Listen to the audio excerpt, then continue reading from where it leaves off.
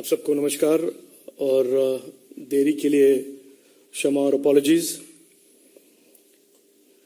कल आपने एक दृश्य देखा होगा, एक विजुअल, एक पैसों का भंडार का एक आपने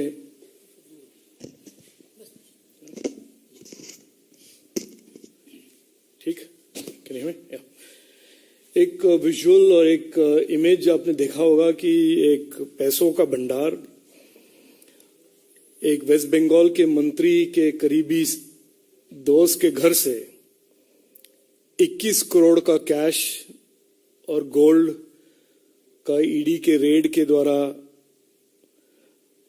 एक्सपोज होना और उसका रियलिटी देश के सिटीजन्स के सामने रखना। और इस व्यक्ति के बारे में वहां के मुख्यमंत्री ममता जी ने काफी कुछ पहले से प्रशंसा किया हुआ था कि आप अच्छे काम कर रहे हैं, गुड जॉब। और कल तक ये पता नहीं था कि ये एक अच्छा काम क्या था, लेकिन आज ये तो स्पष्ट हो गया है कि वो अच्छा काम क्या कर रहे थे। 21 करोड़ का भंडार मैनेज करना, मैं मानता हूं ममता जी के लिए एक प्रशंसा वाली बात थी और उन्होंने उनको कॉम्प्लीमेंट किया था। इस देश में लोग बहुत मेहनत करते हैं, मेहनत के बाद उनका एक कमाई होता है। अगर आप बिजनेस में भी हो, मेहनत से प्रॉफिट्स, बिजनेस में कमाई होता है। और हमको देखने को मिल रहा है कि 21 करोड़ के कैश एक घर से निकलना, और वो भी पब्लिक पैसे से लूटकर, पब्लिक एसेट्स को लूटकर। इसीलिए मैं कहता हूं कि पॉलिटिकल करप्शन जो चीज है, ये एकेडमिक इशू नहीं है, ये विक्टिमलेस क्राइम नहीं है। ये लोगों का पैसा, मेहनत का पैसा, एक और टैक्स पेयर्स के पैसे, दूसरे और वेस्ट बंगाल के जनता के बेनिफिट और उनके बेनिफिट और स्कीम्स के लिए जो पैसे सरकार के पास आता है, उसका एक लूट। आप ये भी जानते हैं कि पिछले 2-3 हफ्ते या महीने कहिए, ममता जी एक तरह से एक फोरफ्रंट में रही हैं। एक मल्टी पार्टी एफर्ट, एक campaign to defame these agencies. यही एजेंसीज जो इन्वेस्टिगेट कर रहे हैं, एक्सपोज कर रहे हैं करप्शन को, पॉलिटिकल करप्शन को, उनको अंडरमाइन करने के लिए, उनको इंटिमिडेट करने के लिए एक तरह से एक प्रचार, एक managed deliberate campaign to intimidate these agencies and to try and somehow किसी तरह से इस केस को किसी तरह से कारपेट के अंदर छुपा दे, sweep it under the carpet, इसको पॉलिटिसाइज करें ताकि इसका जो डिस्कोर्स, इस पे डिस्कशन ना हो। आप तो जानते ही हैं, इसी तरह झारखंड में पंजाब के एक्स मुख्यमंत्री के करीब लोग, उनसे पैसा, महाराष्ट्र में एक मंत्री जिन्होंने हजारों करोड़ का पब्लिक प्रॉपर्टीज, बेनामी प्रॉपर्टीज उन्होंने इकट्ठे किए हैं, केरल के मुख्यमंत्री जो गोल्ड स्मगलिंग में फंसे हुए हैं, और कांग्रेस के डायनेस्टी जो अचानक मिराकुलसली लैंड ओनर बन गए हैं थ्रू अ मिस्टीरियस फेट, और कर्नाटक के कांग्रेस के लीडर डीके शिवकुमार पे जब इनकम टैक्स के छापा और इन्वेस्टिगेशन हुआ था। इन सब में एक कॉमन थ्रेड यह है कि सब निकलते हैं जुलूस के साथ इन्वेस्टिगेटिव एजेंसीज के ऑफिसर्स और इन्वेस्टिगेशन एजेंसीज के ड्यूटीज को अंडरमाइन करने के लिए। सरकार ने इन एजेंसियों को इंडिपेंडेंट बनाया है, उनको ड्यूटी फियरलेसली करने के लिए उनको इंडिपेंडेंट और स्ट्रेंथन किया है। और ये जो चोर मचा रहे हैं शोर, इसका आज कल के इस विजुअल के साथ एक बड़ा एक पैटर्न, एक लॉजिक, एक एक्सप्लेनेशन निकलता है कि ये चोर क्यों मचा रहे हैं शोर। क्योंकि उनकी चोरी का जो एविडेंस है वो लोगों तक ना पहुंचे, उसको किसी तरह ऑब्फ्यूस्केट करें, उसको किसी तरह कंफ्यूज करें, उनका यही मकसद है। और ईडी के जो और ईडी और इन्वेस्टिगेटिव एजेंसीज के जो ऑफिसर हैं उनको इंटिमिडेट करें, उनको अंडरमाइन करें। आपने हाल ही में 2 दिन पहले यहाँ पर दिल्ली में भी देखा कि यही एजेंसी जो कुछ पूछताछ करने वाले थे, तो देश भर में एक तरह से एक माहौल बनाया गया कि एजेंसीज को इंटिमिडेट करे और उनके इन्वेस्टिगेशंस को अंडरमाइन करें। बहुत कुछ मैंने आज सुबह थोड़ा रिसर्च किया था कि ईडी ने आज तक क्या क्या किया है। मैं ईडी के बिहाफ में नहीं कह रहा हूं, लेकिन just for your information, 1,05,675 crores of illegal assets has been brought back into the mainstream to be used for the people of India by ED, by the investigation such as this.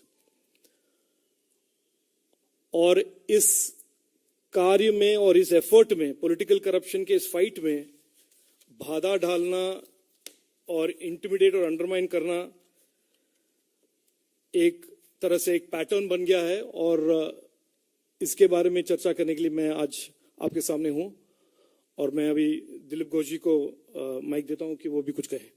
তথ্য আমাদের কাছে এসেছে 70-75 কোটি টাকার সম্পত্তির হদিশ পাওয়া গেছে। এরপরেও সোনা ইত্যাদি আছে, তার দাম কত হবে আমি জানি না। একজন জেলা প্রেসিডেন্ট টিএমসির অনুব্রত মণ্ডল, সবচেয়ে দবং নেতা, তার দেহরক্ষীর কাছ থেকে 150 কোটি টাকার প্রপার্টি পাওয়া গেছে। সেই হিসাবে একজন মন্ত্রিত্ব বেশি হওয়া উচিত, না হলে তার সম্মান থাকে না। একজন মহিলার খোঁজ পাওয়া গেছে যার 3টে ফ্ল্যাট এবং তার বাড়িতে 21 কোটি টাকা ইত্যাদি পাওয়া গেছে।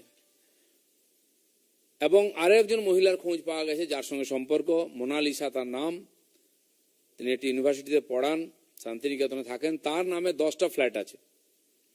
তার বাংলাদেশের কানেকশন আছে তার প্রোফাইল থেকে, এবং বাংলাদেশে যাওয়া আসার অনেক তথ্য, বিভিন্ন নেতার সঙ্গে ছবি, এবং তার ব্যাগ আছে, বঙ্গবন্ধুর ছবি ইত্যাদি তথ্য আছে। এই ধরনের একটা ভয়ঙ্কর পরিস্থিতি। পরশুদিন লক্ষ লোকের সমাবেশ থেকে মুখ্যমন্ত্রী প্রথম নৈতিকতার কথা বলছিলেন যে আমাদের ধনবান নয় হৃদয়বান হতে হবে, তার পার্টির লোকেদের জন্য বলছিলেন। আগে দেশ, পার্টির চেয়ে দেশ বড়। এবং আমি বলেছিলাম আমার এমপিরা রিক্সা করে চড়ে যাবে, কিন্তু স্করপিও কালচার চলছে। সমস্ত ছোটখাটো নেতার কাছেও স্করপিও আছে। 4 কোটি টাকার গাড়ি চড়ে ওদের কাউন্সিলর। একদিন পরে দেখা গেল একজন মন্ত্রীর এত সম্পত্তি। তারপরে বলা হচ্ছে প্রতিহিংসা। কেউ বলছেন যে সিবিআই যারা করছিল ইডি কেন এসেছে, কেউ বলছেন যে যদি আমাদের নেতাদের কোনো ক্ষতি হয় আমরা সিবিআইকে ইডিকে দেখে নেব, ধমকি দেওয়া হয়েছে কাল পর্যন্ত। আর এখনো মহামন্ত্রী পার্টির এবং মন্ত্রী যখন অ্যারেস্ট হয়েছেন, আমি জানি না কি বলবেন, তারা বলছেন ওই মহিলার সঙ্গে পার্টির কোনো সম্পর্ক নাই, ওই টাকার সঙ্গে পার্টির কোনো সম্পর্ক নাই, কাল হয়তো বলবেন পার্থবাবুর সঙ্গে পার্টির কোনো সম্পর্ক নাই। হাজার হাজার যুবক যুবতী পশ্চিমবাংলা যাদের ভবিষ্যৎকে অন্ধকার করে দিয়ে, বাংলাকে দুর্নীতির পাঁকে ডুবিয়ে দিয়ে যারা রাজনীতি করছিলেন এবং চোখ দেখাচ্ছিলেন আমাদেরকে, এই সমস্ত তথ্য তাদের কাছ থেকে এসছে। আমি জানি না পার্টি কি বলবে। পশ্চিমবাংলার মানুষ হতাশায় ভুগছিলেন, হীনমন্যতায় ভুগছিলেন। যে বাঙালি একদিন মাথা উঁচু করে ভারতকে নেতৃত্ব দিয়েছে, সেই বাঙালিকে আজকে চোর বলা হচ্ছে। পশ্চিমবাংলার পুরো সমাজ দুর্নীতিতে ছেয়ে গেছে। হাজার হাজার কোটি টাকার দুর্নীতি, মন্ত্রী, নেতা, এমএলএ, এমপি সবাই দুর্নীতিতে সিবিআইয়ের তদন্তের হাতে আছেন। এই অবস্থার থেকে মানুষ মুক্তি চাইছে। আমি আশা করব এই যে তদন্ত শুরু হয়েছে একটা শেষ পর্যন্ত যাবে। টিএমসির সমস্ত নেতারা যারা শত শত কোটি টাকা কামিয়েছেন, বেশিরভাগ নেতা মন্ত্রী এই দুর্নীতির সঙ্গে যুক্ত। যথাসময়ে সে তথ্য আসবে। এটা হিমশৈলের চূড়া মাত্র এসেছে। সেই জন্য আমরা আশা করব দোষীরা সাজা পাবে এবং এই দুর্নীতি দূর হবে। धन्यवाद दिलीप दा। इससे पहले कि आप लोगों के कुछ सवाल हम लोग लें, मेरा राजीव जी से आग्रह है कि एक बार अंग्रेजी में बोल देंगे तो ठीक है। इंग्लिश मीडिया के लिए भी मान ले। Yesterday, the country at large and the people of West Bengal in particular saw this shameful sight of a mountain of cash being unearthed during a raid by the Enforcement Directorate on a close colleague of a West Bengal minister. This lays in front of the people of India and indeed the people of West Bengal the spotlight on political corruption in West Bengal in specific, and it also leads to the question, or indeed answers the question, about Mamata Banerjee's leadership of abusing the ED, leading an attack of disinformation against the investigative agencies, and giving a political color to the investigation and prosecution of political corruption, not just by the West Bengal government, but by governments in Jharkhand, the former associate of the Chief Minister of Punjab, a government in the government of MVA government of Maharashtra, who had amassed thousands of crores of Benami properties, a Chief Minister of Kerala who is accused of gold smuggling. All of them have one common thread, that instead of answering the charges, and indeed, I forgot the most important, the Congress dynasty's miraculous wealth creation efforts, all of them have a common thread in terms of responding to the investigation, which is to create mobs, to intimidate the officers who are doing their duty of these agencies that are mandated to pursue corruption cases without fear and favor.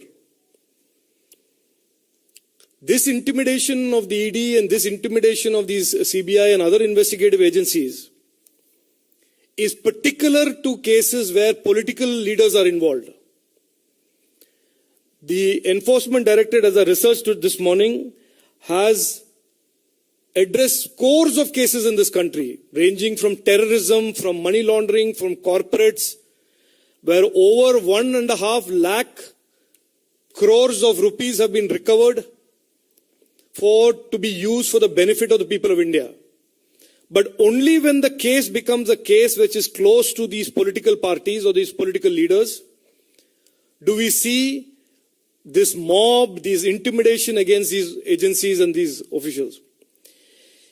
In a country where every common citizen works hard to earn a living, every businessman works hard to eke out a profit, it is an unacceptable and shameful sight to see some politically connected leaders looting resources that are meant for the development of the people, development of people's of their states, and using it for their personal benefit.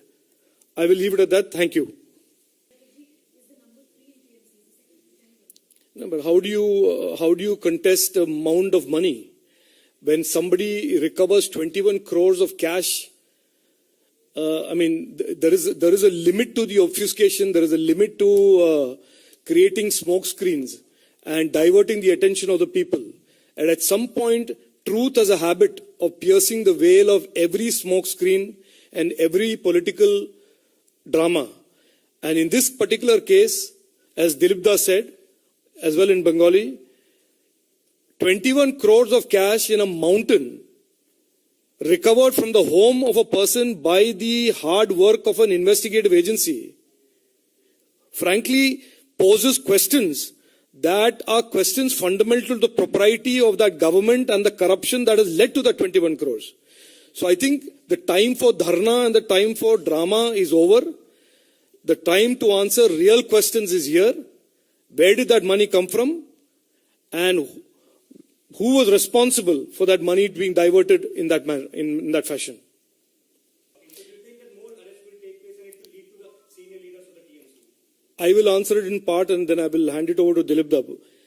The main reason for this press conference is to expose the hypocrisy of these leaders who day in and day out do their very best to intimidate law enforcement agencies who are doing their job, officers who are doing their job, and most importantly, to derail the process of investigation and prosecution of criminal activities.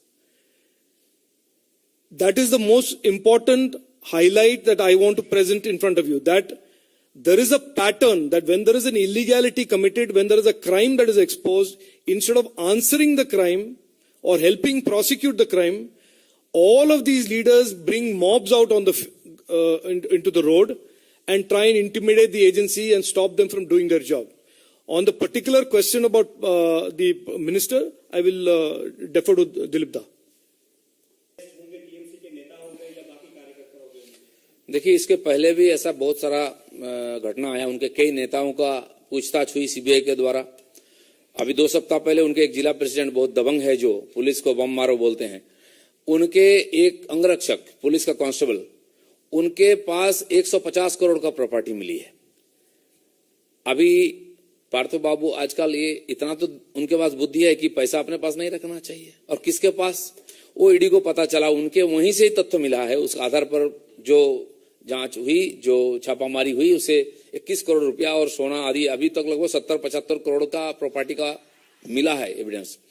जो महिला, अब party तुरंत बोल दिया ये महिला भी party से इनके कोई मतलब नहीं है, और वो रुपया जो मिला है वो भी पार्टी का नहीं है। खाली इतना नहीं बोला कि पार्थो बाबू का पार्टी से कोई मतलब नहीं है, क्योंकि वो महामंत्री भी है, पार्टी का मंत्री भी है। तो ये जो जबरदस्ती आंख दिखाते हैं कि सीबीआई को देख लेंगे, ईडी को देख लेंगे, कल तक भी ये धमकी दिया गया है।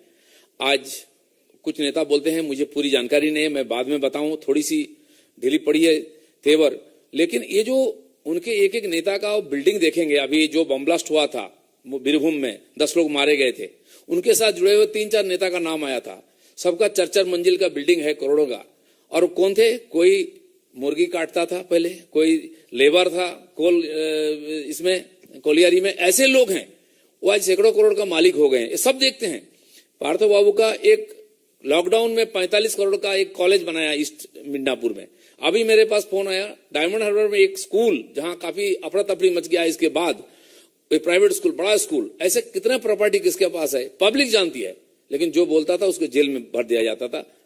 हम बोलते थे हमारे नाम पर हर कोर्ट में केस है वेस्ट बंगाल में, हमारे 42,000 केस चल रहा है लाखों कार्यकर्ताओं पर इसका खिलाफ बोलने के लिए। आज भी बचने का प्रयास हो रहा है, हाथ काट दो शरीर बच जाए, चेहरा बचाने का प्रयास हो रहा है, लेकिन आज वो काल हो वो चेहरा तक हाथ पहुंचेगा। जाना चाहिए जो उस मंत्री का प्रशंसा करते हैं, यहां तक वो लेडी का भी प्रशंसा कुछ दिन पहले की ममता बनर्जी ने। आप कैसे बचेंगे? लेकिन देखिए, रात भर नोटों की गिनती जारी रही और रात भर पार्थो बाबू का पूछताछ भी जारी रहा, और प्रॉपर्टी का लिस्ट लंबा होते गया। जो गोल्ड मिला है, फर्जी कंपनी की वहां सारी रसीद वगैरह पेपर मिला है, बहुत सारा मिला है, अभी उसका कोई हिसाब नहीं है। तो मैं उसका आधार पर कर रहा हूं। अभी तक 70-75 करोड़ का प्रॉपर्टी का हिसाब आया है। सोना चांदी आदि का कितना आएगा, जो फॉरेन करेंसी की बात करें उसकी कितनी वैल्यूएशन होगा, वो तो आगे होगा। लेकिन हम बार बार बोलते आ रहे थे कि बहुत बड़ा घपला हुआ है।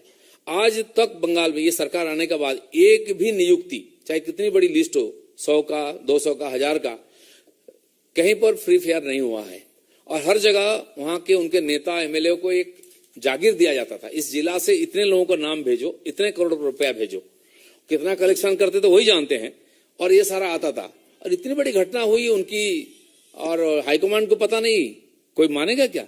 इसलिए मुझे लगता है कि जो एविडेंस मिला है उसके आधार पर पूछताछ सर्वोच्च नेतृत्व तक होना चाहिए, तब बंगाल ये भ्रष्टाचार मुक्त हो पाएगा।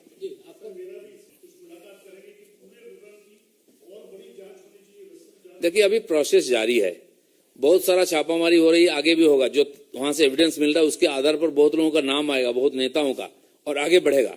बाकी इस मामले में इतना बड़ा भ्रष्टाचार पूरा देश को हिला देने वाला, और जो बड़े बड़े बात करने वाले हैं, सबसे ज्यादा विरोधी, देश का राष्ट्रीय नेता बनने के लिए मोदी जी को टक्कर देने वाले नेता, वो इसमें है।